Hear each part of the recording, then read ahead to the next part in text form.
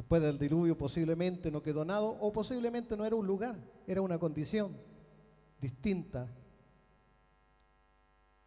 Pero no solamente fue sacado del paraíso, sino que fue desconectado de Dios. Cuando Dios nos hizo, hermanos, nos hizo a nosotros con un propósito, ¿no es cierto?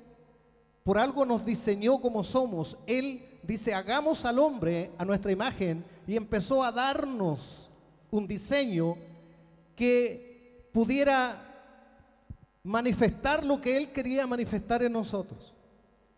Y Él nos hizo el cuerpo, ¿no es cierto?, de barro. Por más que nos dé alergia al barro y la tierra, eso somos, barro. Puso en nosotros un espíritu, ¿no es cierto? Y tenemos también un alma, que es la que transita entre el cuerpo y el espíritu. El alma viviente, que es nuestra naturaleza, nuestra personalidad, nuestro yo. Esto es muy importante, hermanos. Cuando el hombre peca, el hombre no tenía conciencia de sí mismo, o sea, de su alma no tenía conciencia, tenía conciencia de Dios. Y podía hablar con Dios, podía comunicarse con Dios, pero no sabía la condición que de él, no tenía esa conciencia de sí.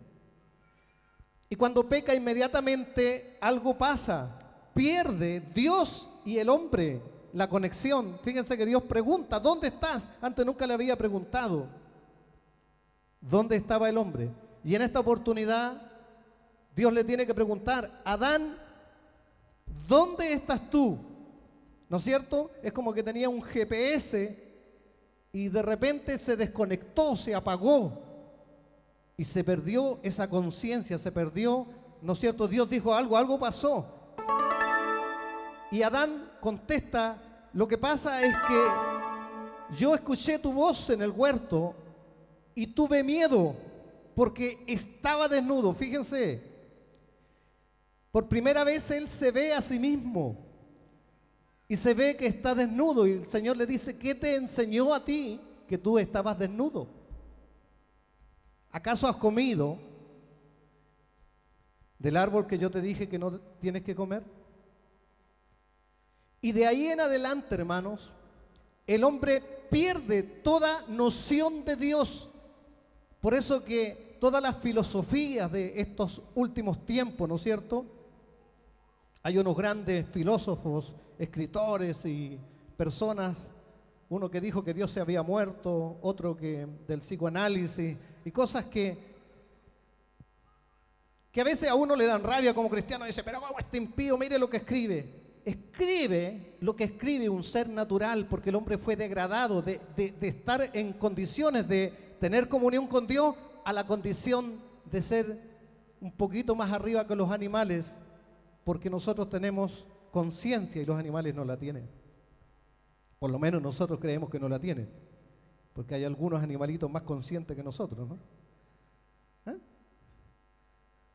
Pero el ser humano perdió toda noción de Dios, y la Biblia dice, el hombre natural, porque esto no es una cuestión que la estoy inventando yo, dice, el hombre natural no puede percibir las cosas de Dios, las cosas espirituales.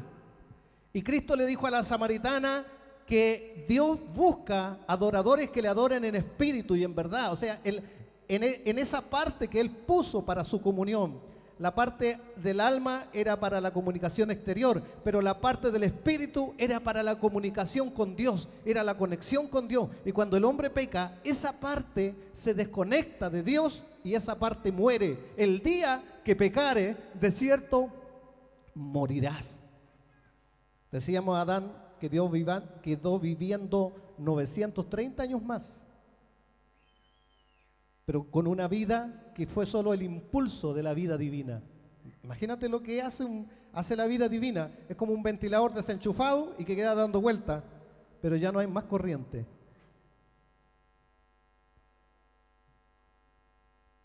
Eso hace, hermanos, que todo ser natural de esta tierra no tenga otra opción, porque esto no es cuestión de decir, no tiene otra opción que ser incrédulo.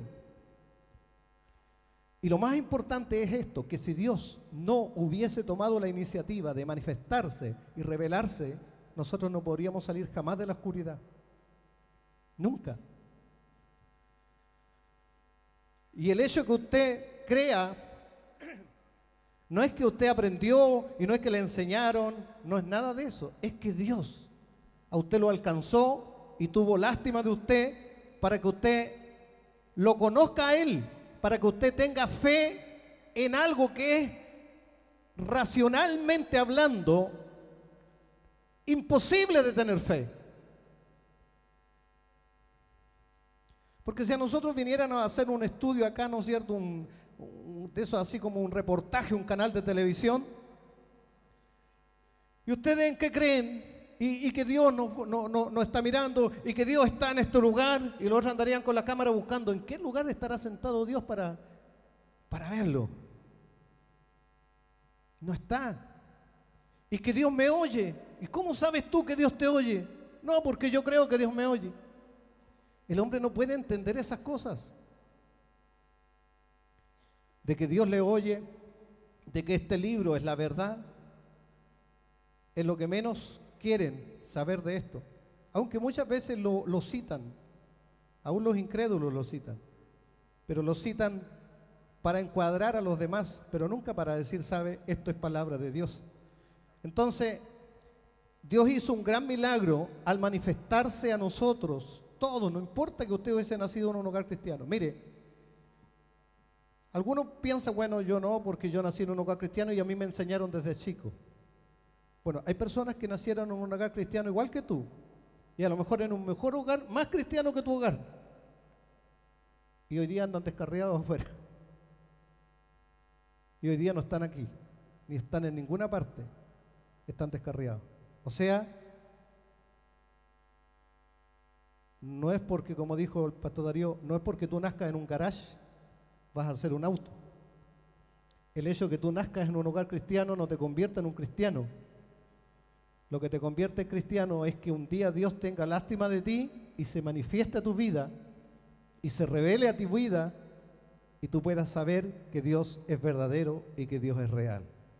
Entonces, el primer aspecto de la fe y lo primero importante de la fe en toda la Biblia es que la fe proviene de Dios y Dios es el que la deposita y Él es el que da el primer paso para que nosotros podamos creer. Ningún descubrimiento va a ser por nosotras nuestras propias capacidades, ninguno. Todo lo tiene que hacer Dios. En Abraham le tuvo que hablar, a los demás, todo Moisés lo llamó de la zarza, le habló, lo retó, casi lo mató en el camino, una cantidad de cosas a David, lo llamó, lo ungió, todas esas cosas las tuvo que hacer Dios, hasta nuestro Señor Jesucristo. Ahora, lo que yo le leí aquí habla de lo mismo. Dice, porque oigo del amor y de la fe que tienes hacia el Señor Jesús y para con todos los santos, para que la participación de tu fe sea eficaz en el conocimiento. Y ese es el tema. Es la eficacia de la fe para que nuestra fe no se transforme en una religiosidad muerta. Una religiosidad muerta no es una iglesia en silencio, es una iglesia donde puede haber silencio o puede haber bulla, no importa, cualquiera de las dos cosas, pero es una fe que no produce cambio, que no produce una aplicación real de lo de Dios. Lo de Dios no se experimenta como un tipo de vida pero natural, no un tipo de vida fingido, no una cosa así como, a ver, ¿qué es lo que dice el verso bíblico? ¿Qué tengo que amar? Allá. Estoy mal con este hermano, voy y le pido perdón y quedo, hice la palabra de Dios, pedí perdón. No, no es ese tipo de fe. Eso es algo que lo pueden hacer los legalistas, lo pueden hacer cualquier persona. Lo grandioso es que usted empiece a entender que Dios quiere obrar en usted y que usted tiene dentro de usted algo especial.